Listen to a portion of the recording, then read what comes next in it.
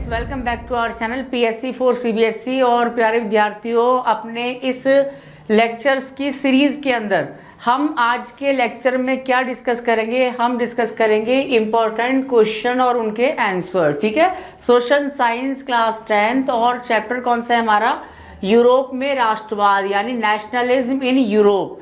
और हमारे इस लेक्चर के अंदर हम अपने जो प्रीवियस ईयर में किसी ना किसी रूप में सीबीएसई बोर्ड ने आपके पेपर में जो क्वेश्चन पूछे हैं, इसी चैप्टर से पूछे हैं, उन क्वेश्चनों को आज हम आपके सामने डिस्कस करेंगे। उन्हीं प्रश्न को आज हम आपके सामने रखेंगे और उनके क्वेश्चन भी करेंगे और उनके आंसर भी यहाँ पर समझने की कोशिश करेंगे। आप हमारे प्रीवियस लेक्चर को हमारे चैनल में जाकर, उसकी प्लेलिस्ट में जाकर वहाँ से आप देख सकते हैं, ताकि देखिए पीछे से जब आप देखते हुए आएंगे वीडियो को तो क्या होगा, उससे आपको जो आगे आने वाले लेक्चर्स हैं और जो आपको पहुंच रहे हैं आपके पास तक लेक्चर, वो सारी चीज़ें आपको एक कड़ी के रूप में मिल जाएंगे। यानी कि क्योंकि जो सिलेबस है वो ऐसे आपको डिज़ाइन किया गया है कि जो आपस में लिंक है, कहीं ना कहीं जुड़ा हुआ है। तो प्रीवियस ईयर के जो क्वेश्चन है वो तो हम करेंगे ही, लेकिन आप लोगों से ये भी रिक्वेस्ट है कि आप किसी भी वीडियो को तब देखें तो आप उसको हमारी प्लेलिस्ट से जाकर शुरुआत से देखें, ताकि वो प्रॉपरली आपको समझ में आ सके। और आप हमारे चैनल की जो वीडियो है उसका जो पीडीएफ है वो फ्री ऑफ कॉस्ट आपको हमारे टेलीग्राम चैनल पर भी आपके लिए पीडीएफ वहाँ पर प्रोवाइड कराई गई है। वहाँ से आप उसको ले सकते हैं, जिसका लिंक आप हमारे डिस्क्रिप्शन में से ले सकते हैं। तो आइए अब हम शुरू कर रहे हैं अपने इंपॉर्टेंट क्वेश्चन और उसके आंसर। ठीक है, तो पहला क्वेश्चन देखिए, 1830 से 1848 के समय को क्रांतियों का युग क्यों कहा जाता है? और यहाँ पर भी एक बार नजर मार लेंगे। ये क्वेश्चन 2 बार सीबीएसई ने अपने पेपर में पूछा है। देखिए, एक तो 2014 में ये पूछा था और एक दोबारा से दूसरे पेपर में दूसरे तरीके से। मैंने कहा ना कि देखिए क्वेश्चन वही होता है, लेकिन हम थोड़े से क्या हो जाते हैं, हम थोड़े से बस इधर उधर बहक जाते हैं। और यही चाहती है सीबीएसई, है ना, एक तरीके से कि भाई आप जो है वो क्या है प्रॉपर आप तरीके से उसका उत्तर ना निकाल पाएं, या फिर आप वो हॉट क्वेश्चन बना देते हैं, उसको हाई ऑर्डर थिंकिंग क्वेश्चन उसको बनाकर प्रिपेयर करके आपको दे देते हैं। लेकिन आपको क्या करना है, आपको तो इतनी अच्छी तरीके से तैयारी करनी है कि आपको पेपर की खोपड़ी में क्या करना है, छेद करना है। तो यहाँ पर हम देख लेते हैं दूसरा किस तरीके से क्वेश्चन किया उन्होंने। कई यूरोपियन देशों में शिक्षित मध्यम वर्ग द्वारा एक आंदोलन चलाया गया और उचित उदाहरणों की सहायता से वो कह रहा है कि इसकी व्याख्या कीजिए। यही दूसरा तरीके से क्वेश्चन दिया गया था। किसके अंदर दिया गया था? ये भी सीबीएसई 2014 के अंदर ये क्वेश्चन दिया गया था। तो आइए अब हम अपने उत्तर को भी देख लेते हैं कि क्यों क्रांतियों का युग कहा गया 1830 से लेकर 1848 को। तो यहां पर देखिए उत्तर लिखा हुआ है। देखिए, फ्रांस में विद्रोह, फ्रांस में प्रथम विद्रोह 1830 में हुआ। बुर्बो राजा, जिन्हें वियना सम्मेलन के बाद रूढ़िवादी प्रक्रिया के दौरान सत्ता में दोबारा लाया गया था, ठीक है, तब उन्हें उदारवादी क्रांतिकारियों ने क्या करा था, उस बुर्बो वंश को क्या कर दिया था, उखाड़ कर फेंक दिया था और उनकी जगह एक संवैधानिक राजतंत्र को स्थापित किया गया था और जिसका अध्यक्ष लुई फिलिप को चुना गया था। तो एक तो हम देख रहे हैं कि क्यों 1830 से 1848 के समय को क्रांतियों का युग कहा गया, क्योंकि 1830 ही वो वर्ष था जहां पर सबसे पहले फ्रांस में विद्रोह हुआ था, बुर्बो वंश के राजा के खिलाफ हुआ था ये, और जिसके बाद में संवैधानिक राजतंत्र स्थापित हुआ जिसका अध्यक्ष लुई फिलिप को बना दिया गया था। देन उसके बाद में है ब्रुसेल्स में विद्रोह। ब्रुसेल्स कहां पर है? बेल्जियम की राजधानी है ब्रुसेल्स, वहां पर भी विद्रोह हुआ था। जुलाई के आंदोलन ने ब्रुसेल्स में विद्रोह की चिंगारी को भड़का दिया, जिसने यूनाइटेड किंगडम के नीदरलैंड से बेल्जियम को क्या कर दिया, अलग कर दिया। जिसने यूनाइटेड किंगडम के नीदरलैंड से बेल्जियम को क्या कर दिया, अलग कर दिया। किसने? इस ब्रसेल्स में जो विद्रोह हुआ था उसने अलग कर दिया। किससे अलग कर दिया? यूनाइटेड किंगडम के नीदरलैंड से अलग कर दिया। किसको? बेल्जियम को। अगला देखिए, यूनान में विद्रोह। यूनान 15वीं शताब्दी से ओटोमन साम्राज्य का भाग था। यूरोप में राष्ट्रवादी क्रांतियों ने यूनान में भी स्वतंत्रता के संघर्ष की चिंगारी को सुलझा दिया था। जब आप देख रहे हैं कि फ्रांस में विद्रोह हो रहा है, जब ब्रुसेल्स में विद्रोह हो रहा है, तो उसी का असर कहां पर पड़ा? यूनान में भी पड़ा। और यूनान में 15वीं शताब्दी से ओटोमन साम्राज्य का जो भाग हुआ करता था, वहां भी यूरोप में राष्ट्रवादी क्रांतिकारियों के विचारों ने अपना असर दिखाना शुरू करा और यूनान में भी स्वतंत्रता के संघर्ष की चिंगारी को सुलगा दिया गया। और 1821 में प्रारंभ हुआ था क्या? यूनान में विद्रोह। यूनान में विद्रोह हुआ था 1821 में। ठीक है, उसके बाद हम देखेंगे यूनान के राष्ट्रवादियों को यूनान से निर्वासित यूनानी और कई पश्चिमी यूरोपीय देशों का भी समर्थन मिला।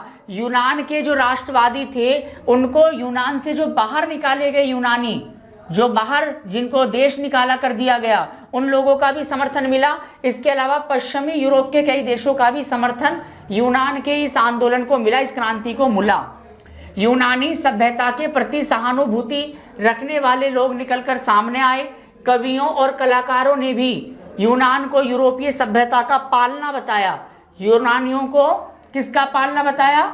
यूरोपीय सभ्यता का पालना, जिसमें बच्चा झूला झूलता है। किसने बताया? कवियों और कलाकारों ने। और एक मुस्लिम साम्राज्य के विरुद्ध, क्योंकि ओटोमन साम्राज्य एक मुस्लिम साम्राज्य था, तो उस ओटोमन साम्राज्य, मुस्लिम साम्राज्य के विरुद्ध यूनान के स्वतंत्रता संघर्ष के लिए सब लोग एक जगह क्या हुए? इकट्ठा हो गए। सबका जनमत मिल गया आपस में। अंग्रेज कवि थे जिनका नाम था लॉर्ड बायरन।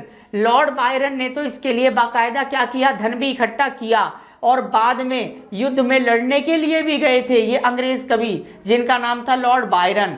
1824 में बुखार से लॉर्ड बायरन की मृत्यु हो गई और आखिरकार 1832 में कुस्तुनतुनिया की संधि ने यूनान को एक स्वतंत्र राष्ट्र के रूप में क्या दे दी? मान्यता दे दी। तो ये हमारा प्रॉपर उत्तर निकल कर आया, जिसमें किसके बारे में पूछा गया था? 1830 से 1848 के समय को क्रांतियों का युग क्यों कहा गया? तो हमने 3 एग्जाम्पल लिए, फ्रांस का, ब्रुसेल्स का और यूनान का। नेक्स्ट हमारा अगला क्वेश्चन है क्वेश्चन नंबर 2। देखिए, इसमें अलग अलग तरीके से क्वेश्चन पूछे गए हैं। और देखिए, सीबीएसई बोर्ड में पूछा गया 2010 में, 11 में, 12 में, 14 में, 16 में। तो एक ही क्वेश्चन को देखिए कितनी बार लगातार बोर्ड के द्वारा पूछा जा रहा है। तो देखिए क्वेश्चन क्या है? 1804 में नेपोलियन की नागरिक संहिता के 4 प्रावधान बताइए। नेपोलियन ने उनके द्वारा शासित क्षेत्रों में प्रशासनिक तंत्र को अधिक कुशल बनाने के लिए क्या परिवर्तन किए? देखिए क्वेश्चन एक ही है लेकिन अलग अलग तरीके से पूछा जा रहा है। अपने शासनकाल में नेपोलियन के द्वारा प्रशासन में कौन कौन से क्रांतिकारी सिद्धांतों को अपनाया गया, उनकी विवेचना कीजिए। 1804 के बाद यूरोप के शहरों में किसानों, कारीगरों और नए व्यापारियों ने स्वतंत्रता का किस प्रकार आनंद लिया, इस तरीके से देख लीजिए, आपको क्वेश्चन बना के सीबीएसई बोर्ड दे रहा है। तो अगला इसका उत्तर हम यहां देख सकते हैं। नेपोलियन ने अपने क्षेत्र में अनेक सुधारों की शुरुआत की, जिसे फ्रांस में पहले ही शुरू किया जा चुका था। फ्रांस में राजतंत्र वापस लाकर उसने प्रजातंत्र को नष्ट किया, जिसके तर्क निम्नलिखित हैं। देखिए नेपोलियन ने नेपोलियन संहिता के द्वारा क्या क्या काम किए, उसने कौन कौन से सुधार किए, वो इन 4 पॉइंट के द्वारा हमें समझ में आ जाएंगे। तो नेपोलियन ने क्या किया? उसने एक संहिता को लागू किया और इसके आधार पर जन्म पर जो विशेष अधिकार लोगों को प्राप्त थे उनको क्या कर दिया? समाप्त कर दिया। और सब लोगों को कानून के समक्ष बराबरी का दर्जा दिया गया और संपत्ति के अधिकार को भी सुरक्षित बनाया गया। इसके अलावा यूरोप के कई भागों में जैसे डच गणतंत्र, जैसे स्विट्जरलैंड, इटली और जर्मनी में उसने प्रशासनिक विभाजनों को सरल बनाया। जो प्रशासन करने का जो तरीका था उसको उसने सरल बनाया और जो जमींदारी व्यवस्था थी, जो सामंतवाद की व्यवस्था थी, उसको भी क्या कर दिया? उसको भी समाप्त कर दिया। और किसानों को भू दासत्व यानी कि जो किसान जिनको क्या बनाकर रखा जा रहा था? गुलाम बनाकर रखा जा रहा था, और जागीरदारी शुल्क जो उनको देना पड़ता था उससे भी उनको मुक्ति दिला दी थी। और तीसरा पॉइंट देखेंगे, नेपोलियन ने शहरों में कारीगरों के श्रेणी संघों के नियंत्रण को भी हटा दिया। जो शहरों के अंदर कारीगर होते थे उन्होंने अपने अपने क्या बना लिए थे, यूनियन, जिनके ऊपर राजतंत्र के समय बहुत सारी पाबंदियां, बहुत सारे नियंत्रण लगाए गए थे। लेकिन नेपोलियन ने शहरों में कारीगरों के जो संघ या संगठन होते थे या जिनको श्रेणी कहा जा रहा है, उन पर लगने वाले जो तमाम प्रतिबंध थे, जो नियंत्रण थे, उनको भी क्या कर दिया था, उनको भी हटा दिया था। उसने यातायात, संचार और बैंकिंग व्यवस्था में सुधार देने पर भी काफी बल दिया। इन नए सुधारों का किसानों, श्रमिकों, कारीगरों, उद्योगपतियों, व्यापारियों और सामान्य लोगों ने, इन सारे लोगों ने इन सुधारों में जो भी सुधार हुए, इन सब का क्या किया, स्वागत किया। और ये सारे सुधार किसके द्वारा किए गए थे, नेपोलियन के द्वारा किए गए थे। अगला क्वेश्चन है हमारा, अगला क्वेश्चन देख लेते हैं हम अपना। 1815 में हुई वियना संधि की कोई 4 विशेषताओं के बारे में पूछ रहा है सीबीएसई बोर्ड में 2011 और 2012 में। सीबीएसई बोर्ड में 2011 एंड 12 के अंदर ये क्वेश्चन पूछा गया था कि जो 1815 में वियना संधि हुई उसकी विशेषताएं क्या हैं। तो यहां पर देखिए, वियना संधि की पहली विशेषता ये थी कि नेपोलियन युद्धों के दौरान हुए कई जो बदलाव किए गए थे, नेपोलियन ने जिन बदलावों की शुरुआत की थी उनको क्या कर दिया गया, इस संधि के द्वारा उसको समाप्त कर दिया गया। इसके अलावा फ्रांसीसी क्रांति के दौरान जो बुर्बो वंश को हटाया गया था फ्रांस से, उसको दोबारा सत्ता में वापस लाने पर सहमति बनी। फ्रांस की सीमाओं पर कई राज्य कायम किए गए ताकि भविष्य में फिर फ्रांस ज्यादा शक्तिशाली ना बन सके, उसका ज्यादा विस्तार ना हो सके और वो ज्यादा अपने जो दूसरे देश हैं, दूसरे मुल्क हैं, उनके ऊपर ज्यादा से अपना अधिकार ना कर पाए। और इन सब का मुख्य उद्देश्य था उन राजतंत्रों की बहाली करना जिन्हें नेपोलियन ने क्या कर दिया था, बर्खास्त कर दिया था। क्योंकि नेपोलियन की फ्रांसीसी क्रांति से प्रभावित होकर यूरोप के और बहुत सारे देशों के अंदर क्या आ गया था, राष्ट्रवाद आ गया था। तो इन सभी जो राजतंत्रों को हटाया गया क्रांतियों के माध्यम से, इसी वियना कांग्रेस या वियना संधि के माध्यम से ये भी बात तय की गई थी कि नेपोलियन ने जिन सभी राजतंत्रों को बर्खास्त किया है उनको दोबारा से पुनः स्थापित किया जाए और साथ ही यूरोप में नई रूढ़िवादी व्यवस्था को कायम करने का भी लक्ष्य इसमें निर्धारित किया गया था। अगला क्वेश्चन हमारा क्वेश्चन नंबर 3, क्वेश्चन नंबर 4 है, फ्रांसीसी क्रांति की उन मुख्य घटनाओं का वर्णन कीजिए जिन्होंने यूरोप के दूसरे भागों में रहने वाले लोगों पर प्रभाव डाला। ये सीबीएसई बोर्ड में 2016 के अंदर क्वेश्चन पूछा गया था और इसमें मुख्य घटनाओं का वर्णन पूछा गया जो फ्रांसीसी क्रांति के अंदर घटित हुई थी। तो फ्रांसीसी क्रांति सबको पता है कि 1789 के अंदर हुई थी और इसके मुख्य प्रभाव यूरोप पर अलग अलग तरीके से, अलग अलग किस्म से, अलग अलग रूपों में दिखाई दिए थे। तो जिन्हें आपके पॉइंट्स के सामने का खा गा के रूप में दिखाया गया है। तो पहला पॉइंट है आपका, विभिन्न शहरों में छात्रों और अन्य शिक्षित मध्यम वर्ग के लोगों द्वारा जैकोबिन क्लब बनाए गए थे। ये एक ऐसे क्लब थे जहां पर लोग इकट्ठा होते थे और अपने विचारों को आपस में डिस्कस करते थे और इसी से क्रांतिकारी विचार नई नई जगहों पर नए नए लोगों में फैलते जा रहे थे। तो विभिन्न शहरों के अंदर एक शिक्षित वर्ग उभर कर आ रहा था जिसने जैकोबिन क्लब बनाए थे। इसके अलावा 1790 में इन क्लबों का कार्य क्या था? इन क्लब का कार्य था कि क्रांतिकारी विचारों को फैलाया जाए और उसका प्रचार प्रसार किया जाए। फ्रांसीसी सेनाओं के हॉलैंड, बेल्जियम, स्विट्जरलैंड और इटली में प्रवेश करने का रास्ता भी साफ किया गया इसी फ्रांसीसी क्रांति के द्वारा।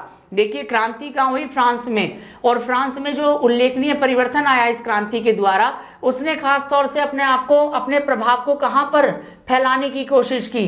हॉलैंड, बेल्जियम, स्विट्जरलैंड और इटली के अंदर। इसके अलावा लोगों की स्वतंत्रता और फ्रांस का भाग्य, इसका मुख्य उद्देश्य था कि लोगों को क्या मिले? लोगों को स्वतंत्रता मिले, क्योंकि जो लुई 16 था, लुई 16 के समय में लोगों को किसी तरीके की आज़ादी प्राप्त नहीं थी। क्रांति के द्वारा उत्पन्न सभी परिस्थितियों को जो बनाने का काम किया, जो भी सिचुएशन क्रिएट हो रही थी, उसमें सबसे उल्लेखनीय योगदान था नेपोलियन बोनापार्ट का। तो नेपोलियन ने ये पूरा रास्ता, ये पूरा मार्ग तैयार किया था।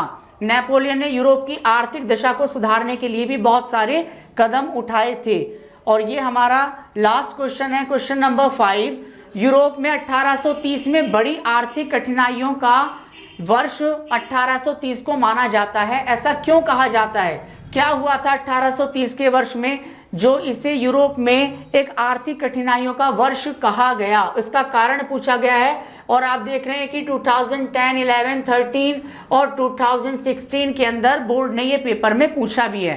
तो यहाँ पर देखिए इसका उत्तर है बड़ी संख्या में एक तो इस समय प्रवास हुआ, और प्रवास लोगों ने कहां से किया? लोगों ने प्रवास किया ग्रामीण क्षेत्रों से शहरों की तरफ। इसका परिणाम क्या हुआ? जो बड़ी संख्या में लोगों ने प्रवास किया, एक स्थान को छोड़कर दूसरे स्थान पर जाकर लोग रहने लगे, इसका परिणाम यह निकल कर आया कि यूरोपीय देशों में श्रमिकों की कमी हो गई। श्रमिक वर्ग जो था उसकी कमी महसूस होने लगी।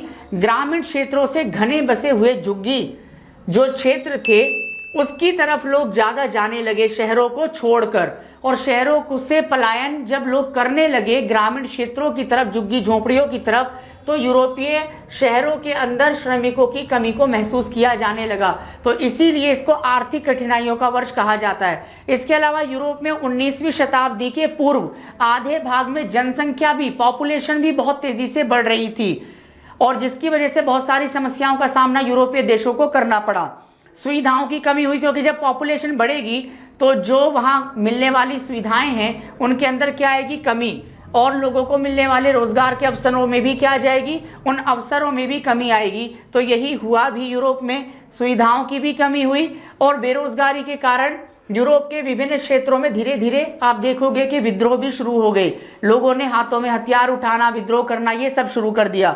और औद्योगिकीकरण जब हुआ, जब बड़े बड़े उद्योग स्थापित हुए, तो इसने शहरों में उत्पादकों को भी बुरी तरह से क्या किया था? प्रभावित किया था। और खाने के ऊंचे दाम हो गए, क्योंकि पॉपुलेशन बढ़ी, पॉपुलेशन बढ़ने के साथ सुविधाएं कम हुई, बेरोजगारी बढ़ी, तो महंगाई भी बढ़ गई, और खाने के जो दाम थे, जो उनके प्राइस थे, वो लगातार ज़्यादा हो गए। और खराब फसलों के कारण फसल खराब हुई तो शहरों में भी बड़े पैमाने पर खाने की मांग बढ़ी, लेकिन ऊंचे प्राइस के साथ लोगों को खाना मिल रहा था, जिससे लोग विद्रोही हो गए, लोगों ने विद्रोह करना शुरू करा। तो इसी के साथ में अपने जो इंपॉर्टेंट क्वेश्चन थे सीबीएसई बोर्ड के क्लास 10 सोशल साइंस के, वो हमने अपने इस लेक्चर के अंदर डिस्कस किए हैं। इसी की तरह आप हमारे चैनल पर प्रीवियस जो हमारे लेक्चर है वहाँ से जाकर भी आप फ़ायदा ले सकते हैं। हमारे चैनल के साथ आप लोग इसी तरीके से जुड़े रहिए। अगले लेक्चर में आपके साथ में फिर मिलेंगे।